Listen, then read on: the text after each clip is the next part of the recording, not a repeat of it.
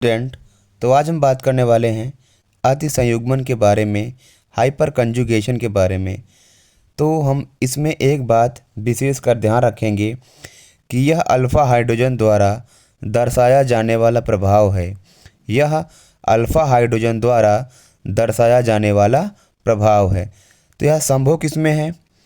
यह एल्कीन में संभव है, कार्बोधनायन में संभव है और मुक्त मूलक में संभव है। किसमें? मुक्त मूलक में। तो हम सबसे पहले किसको देखेंगे? एल्कीन में देखेंगे। किसमें देखेंगे? एल्कीन में देखेंगे। तो यहाँ पर हम लेते हैं एक एल्कीन CH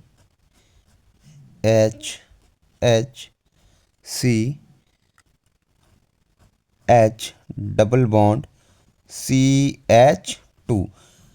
अब यहाँ पर क्या होगा? अब यहाँ पर हमने क्या देखा है यहाँ पर कि अल्फ़ा हाइड्रोजन द्वारा दर्शाया जाने वाला प्रभाव है।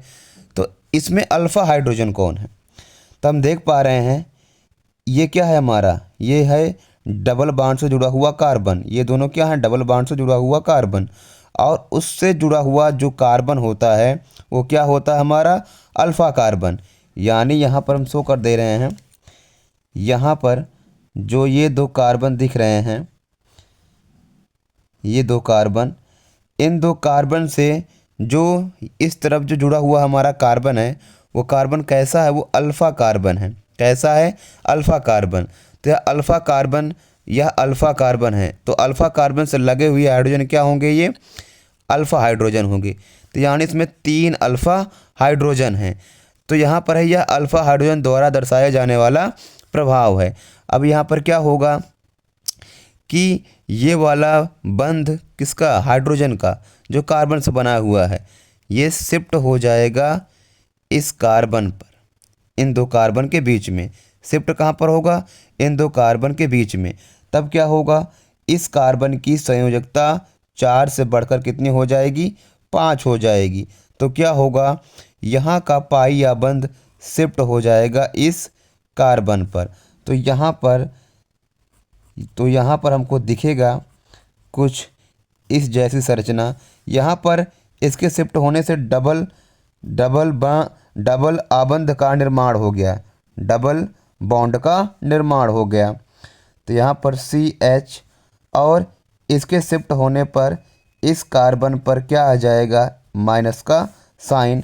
और यहाँ पर हाइड्रोजन से ये बंध शिफ्ट हुआ है तो हाइड्रोजन पर क्या आएगा? H plus. आई बात समझ में? क्या आएगा? H plus. तो ये हमको यहाँ पर इसकी 3 संरचना दिख सकती है। पहले ये वाले हाइड्रोजन की, दूसरे ये और तीसरे ये वाले हाइड्रोजन की। तो हमने यहाँ पर केवल एक ही बनाया है। आई बात समझ में? तो ये किस में दिख रहा है? ये एल्कीन में दिख रहा है। किस में? एल्कीन में। अब सेकंड है कार्बोधनायन में। सेकंड क्या है? कार्बोधनायन में। तो हम एक यौगिक लेंगे कार्बोधनायन का। तो यहाँ पर होगा HCH और CH2 प्लस। अब यहाँ पर देख पा रहे हैं कि इस कार्बन से हमारा ये कार्बन जुड़ा हुआ है।